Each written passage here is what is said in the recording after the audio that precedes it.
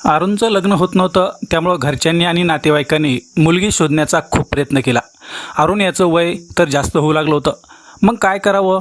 इकडे अरुण देखील यावर्षी लग्न होतंय की नाही म्हणून चिंतित होता.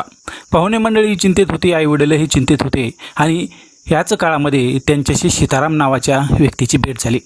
त्याला घरी आणलं. इकडून तिकडून ओळख काढून सीताराम हा अरुणच्या किती जवळचा आहे हे पटवून देण्याचं काम करत होता.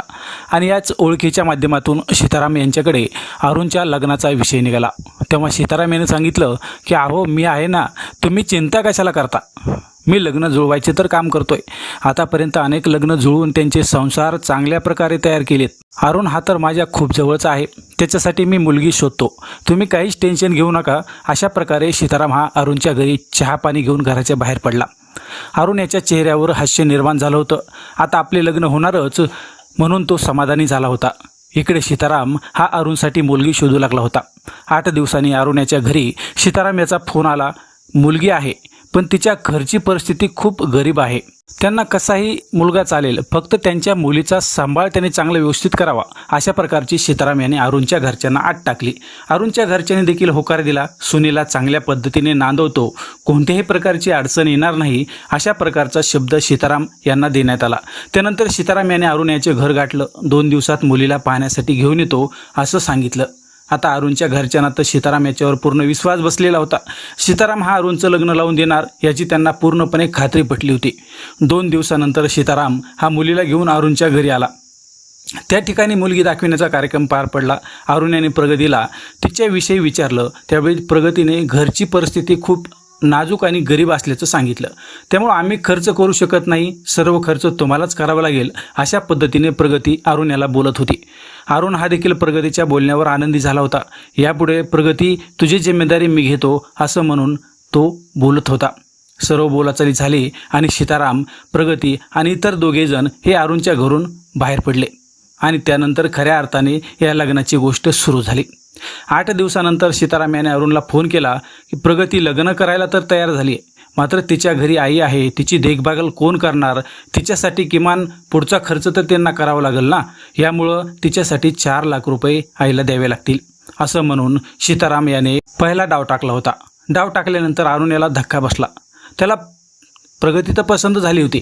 अनेक वर्षापासून तो मुलगी शोधत होता, पण मिळत काही नव्हती. अखेर मिळाली तर तिने ज्या पद्धतीनं आत टाकली त्यामुळे अरुणची अडचण झाली. घरातील सर्व लोकांनी एक दिवस बैठक घेतली. त्यानंतर घरातील लोकांनी पैसे देण्याचं मान्य केलं आणि सीताराम याला परत घरी बोलावण्यात आलं. घरी आल्यानंतर सीताराम याच्याशी बोलणं सुरू झालं.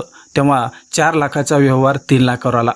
3 लाख रुपये आणि अरुण याच्या घरच्यांनी लग्न करून द्यायचं ठरवलं.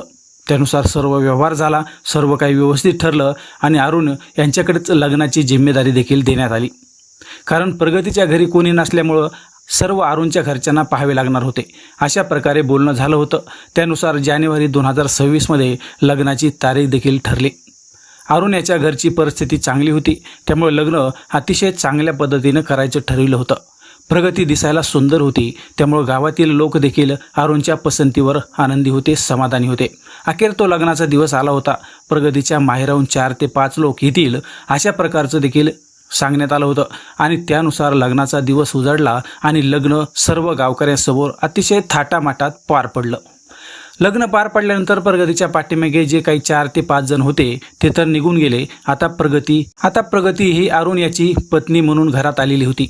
अरुण याला देखील आता बरं वाटू लागलं होतं. त्यानुसार प्रगतीचा काळजी घ्यायचं त्याने ठरवलं. त्यानुसार सत्यनारायण झाला, सुहाग रात्रही पार पडली आणि लग्न होऊन 1 महिन्याचा कालावधी देखील उलटून गेला. प्रगती हिला देखील घरात आनंद वाटू लागला होता. घरातील प्रत्येक व्यक्तीला प्रगतीविषयी खूप काळजी वाटू लागली होती. माहेरची चिंता करू नको असंही ते सांगत होते. आणि त्याचवेळी सर्व काही आनंदात सुरू असताना 1 महिना निघून गेल्यानंतरही प्रगती माहेरी गेली नव्हती.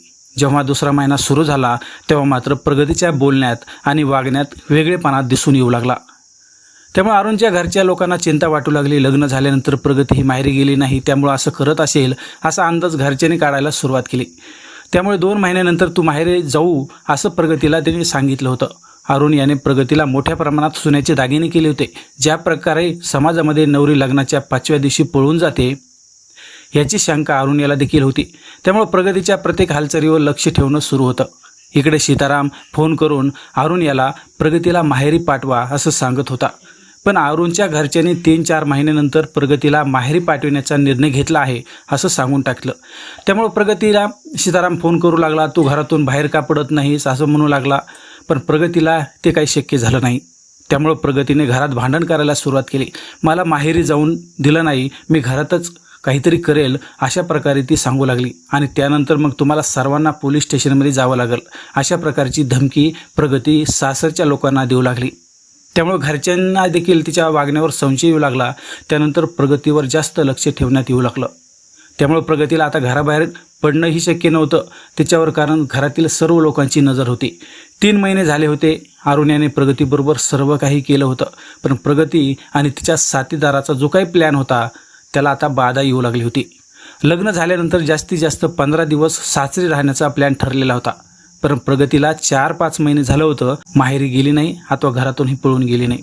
अखेर मे 2026चा महिना उजडला होता आणि अरुण हा रूममध्ये झोपलेला असतानाच पहाटेच्या सुमारास प्रगती घराच्या बाहेर पडली. दारात एक गाडी आली आणि त्या गाडीत बसून प्रगती निघून गेली. अरुण याच्या घराच्या शेजारी लोकांनी तिला गाडीतून जाताना पाहिलं. तेव्हा ते अरुण याच्या घरी गेले. अरुण याला उठवलं आणि अरुण ज्यावेळेस उठला त्यावेळेस प्रगती ही घरातून गायब झाल्याचं त्याच्याही लक्षात आलं. त्यानुसार अरुण याने सीताराम याला फोन लावला. मात्र त्याचवेळी सीताराम याचा मोबाईल देखील बंद येऊ लागला. त्यामुळे ज्या गोष्टीची चिंता होती अखेर तेच घडलं होतं. त्यानंतर अरुण हा बेड पोलीस अधीक्षक कार्यालयात पोहोचला.